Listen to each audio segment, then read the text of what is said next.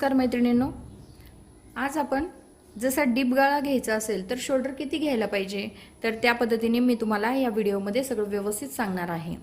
तर ज्यावेळेस आपण डीप गळा बनवतो त्यावेळेस आपल्या लक्षात येत नाही की शोल्डर कशा पद्धतीने घ्यायचे आणि किती घ्यायचे, त्यामुळे आपलं काय होतं, शोल्डर जे आहे ते उतरलं जातं।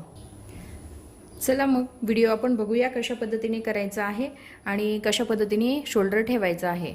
आता हे बघा, व्हिडिओ बघण्याआधी जसं जे लोकांनी चॅनलला सबस्क्राइब नसेल केलं तर प्लीज आमच्या चॅनलला सबस्क्राइब करा आणि व्हिडिओ जास्तीत जास्त लाईक आणि शेअर करत चला। आता हे बघा, ज्यावेळेस आपण ब्लाऊजची उंची घेतो, आपल्या ब्लाऊजची उंची जेवढी असते त्याच्यामध्ये आपण 1 इंच मिळवत असतो। त्यानंतर आपल्याला गळ्याचे माप घ्यायचे। आता गळ्याचे माप जे आहे आपण कधी 2.25 इंच, छोटं माप असेल तर 2.25 इंच किंवा 2.5 इंच घेत असतो। आता शोल्डर जे आहे नॉर्मल याच्यासाठी आपण 5.5 इंच घेत असतो।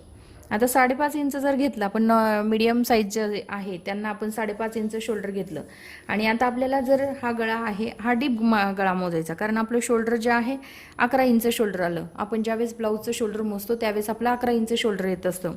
आता 11 इंच शोल्डर आल्यानंतर आपल्याला काय करायचं, गळा जो आहे तो 7 इंचाचा असेल तर आपल्याला हे 11 इंच शोल्डर ठेवायचं आहे।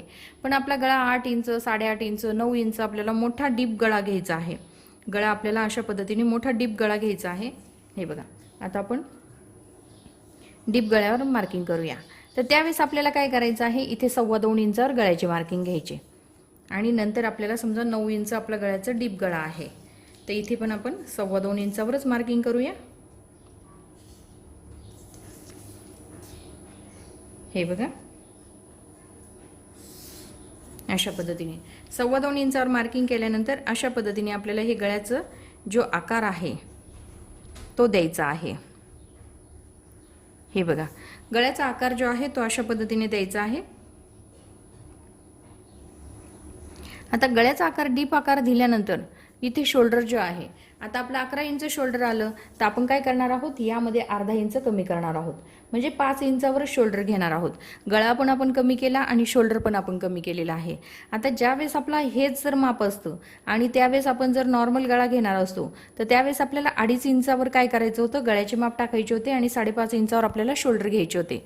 आता 5.5 इंचावर 7.5 इंचापर्यंत गळा असता तर चाललं असतं, पण आता आपला हा डीप गळा वाढवायचा, मग आपल्याला डीप गळा घ्यायचा। आपल्याला कटिंग करताना तेही लक्षात आलं पाहिजे आपला गळा किती आहे, आपले शोल्डर उतरले नाही पाहिजे, आपला ब्लाऊज जो आहे तो एकदम परफेक्ट फिटिंगला बसला पाहिजे। मग त्यासाठी तुम्हाला काय करावं लागेल, तर ज्यावेळेस आपल्याला लक्षात येते की आपल्याला डीप गळा घ्यायचा, मग आपण गळा थोडासा कमी केलेला आहे, 2.25 इंचावरच गळ्याची मार्किंग केले। शोल्डर पण अर्धा इंच कमी करून टाकलेला आहे।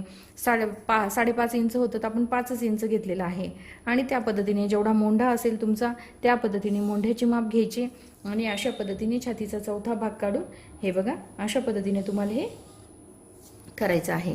आणि जे तुमची गळ्याची मोंढ्याची जो आकार आहे तो तुम्हाला त्या पद्धतीने द्यायचा आहे। आता हे तुमच्या खूप सोप्या पद्धतीने मी तुम्हाला सांगितलेलं आहे। ज्या वेळेस आपल्याला डीप गळा घ्यायचा असेल तो शोल्डर कशा पद्धतीने घ्यायचं, तर ज्या वेळेस आपलं नॉर्मल शोल्डर येतं त्यापेक्षा अर्धा इंच शोल्डर आपलं कमी आलं पाहिजे। जेवढं आपलं शोल्डर आपण ब्लाऊजवर माप घेतल्यानंतर निघतं तर त्यापेक्षा शोल्डर हे आपलं अर्धा इंच कमी घ्यायचं, म्हणजे गळा पण थोडासा कमी करायचा। जरी गळा तुम्ही 2.5 इंचावर ठेवला तरी चालून जाईल, पण शोल्डर जे आहे ते कमी घ्यावं लागेल।